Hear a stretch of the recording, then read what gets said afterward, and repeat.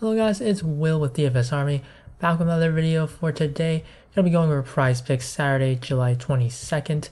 Gonna be having 3 plays for today, 2 MLB and then 1 WNBA pick. So let's get right into it. Starting with the first one, gonna go over the hitter fantasy score. Usually always gonna be the category that we're gonna have something here in this video. It's just because according to these the night before, there's just a pretty empty board, not a lot of props to choose from, but hitter fantasy score always going to be the first thing on the board. So we are going to go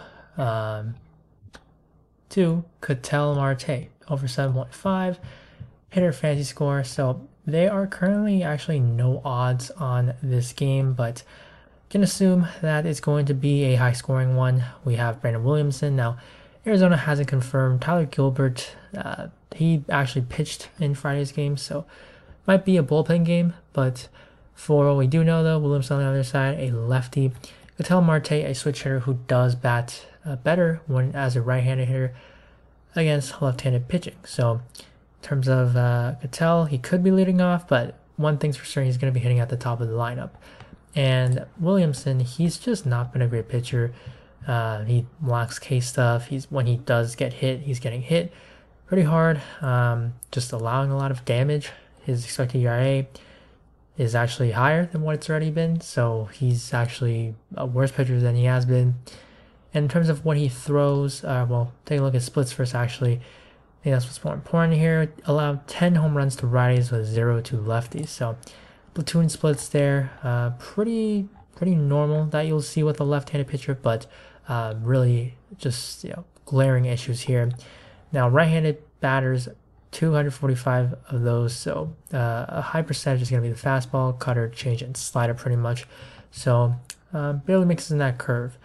And then when you look at Ketel splits this year, he's had more power against the righties, but throughout his career, you're going to see him just bat better, especially with the average against the left-handed pitchers. You can go back further, but this is how great he is when he gets to face a left-handed pitcher. So absolutely love it when it's an under 8 projection for Ketel. And in terms of this year, so the pitch types, he just crushes the fastball. So that's obviously the best thing you want to see.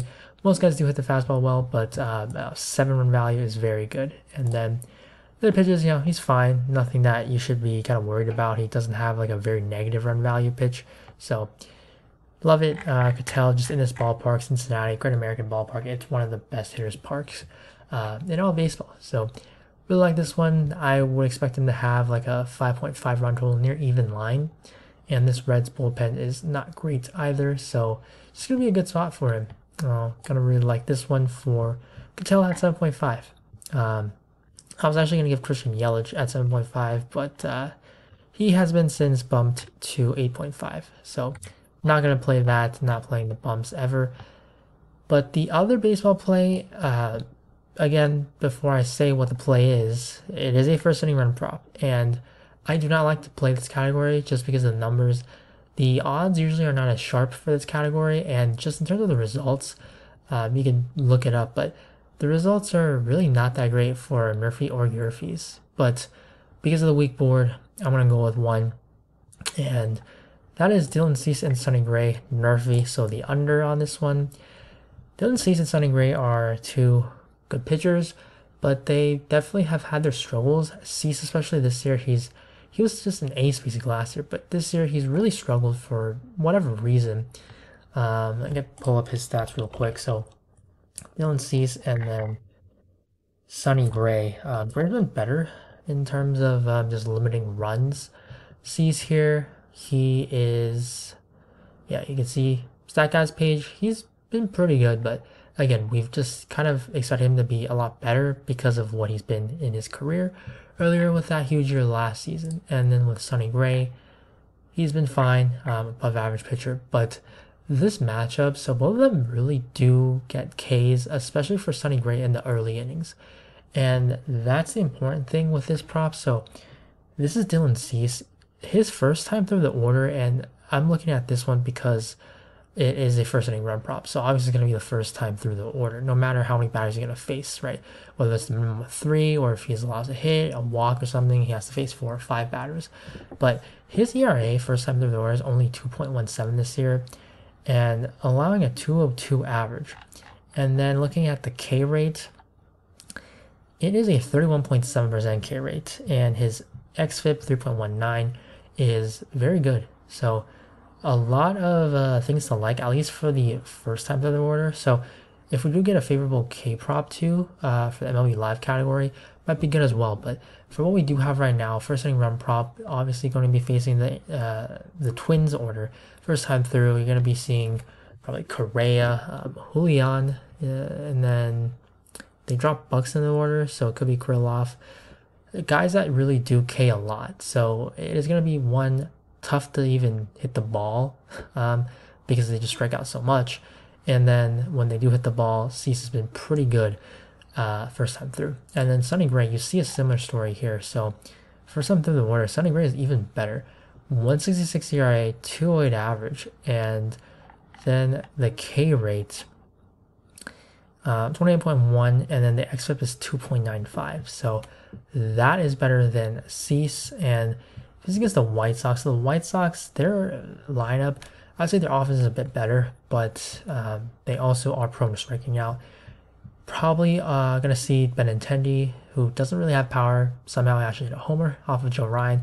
Only second one of the year, actually, on Friday. But just no power with Benintendi.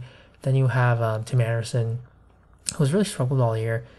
And then Luis Robert, who is kind of up and down. A lot of power, but for someone like Sonny Gray, who is able to at least navigate through the lineup the first time through, again, just playing the numbers here, guys that do have success in the first inning, first time through the order. So that is the reasoning for this one. So the under, and then in terms of the odds, there are odds for this, but so it's only a -120. But if you do look at the scoring, so for this one, they're actually, I would expect the -120 to be more juiced later on, but +240 for the White Sox and +215 for the Twins. So that would indicate it's probably going to be like a -130 or something by tomorrow. So, if I had to play a Nerfy, this would be it. Now, the third play, so it's going to be in the WNBA category. Same story here. We're working with only points. Unfortunately, none of the other categories. So, probably going to like other props, but there is one which, for some reason, it got removed immediately, like within a minute. But her first half prop is still up, and that is Marina Mabrey. 6.5, taking the over for this one. They are Chicago. They're taking on Seattle, and Mabrey had a pretty bad shooting game last time. I think she was like 2 for 10 or 2 for 12. She just couldn't make any shots, and she actually missed. It wasn't really a difficult shot, but a buzzer beater, and it just like rolled around the rim and spun out. So just kind of an unlucky night for Chicago, really, last game. And Mabrey, because she just wasn't shooting well, she actually got benched in the fourth quarter. So I would have liked the over 13.5 for the full game, but because we don't have that for whatever reason, I'm going to take the first half. Again, they're going to be stronger props, so if you guys are going to tail something like this one, the Nerfy, I do like Marte, though, clearly number one pick for me out of these three.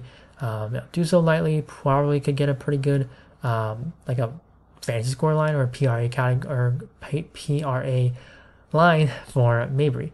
And now the reasoning for this one, going to WNBA stats, they're taking on Seattle, and Seattle, they've allowed the highest field goal percentage at 47. 1% is a pretty huge difference when you look at the league average, which is much lower than this. So that's a really big plus for Mabrey, someone that is a scorer, and then in a matchup which they just do not defend well at all. And in terms of three-pointers, Mabrey, again, a shooter as well. So three-pointers, they allow, in terms of the attempts, they're don't allow a ton, but again, it's the percentage. They allow the highest three-point percentage as well. So again, another great thing to see. Mabrey should be able to have finally a good shooting game here. And then the pace of this game. So The defensive rating first. Seattle, their defensive rating is the fourth worst, fourth lowest, or fourth low, as in the higher the number is, the worse defensive rating you have. So they rank the fourth worst. And then for the pace, Chicago plays pretty slow. They're the second slowest pace. But Seattle, they play at the fourth fastest. So it's a nice pace up spot. The game total, not particularly high, but that's also because of the caliber of these two teams. So, for example, like the Aces, just because they're so good, while the Lynx, they're not that great.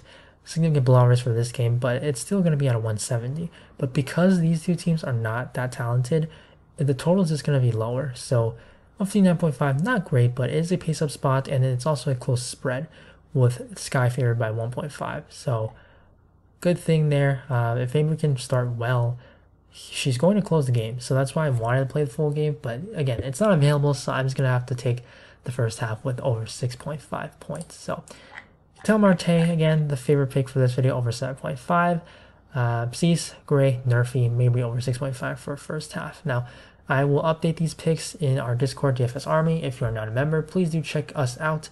Link is in the description below for this video. And I'll update the odds when we do get them for Ketel Marte. And also with Christian Yelich, was able to post that 7.5 for the members.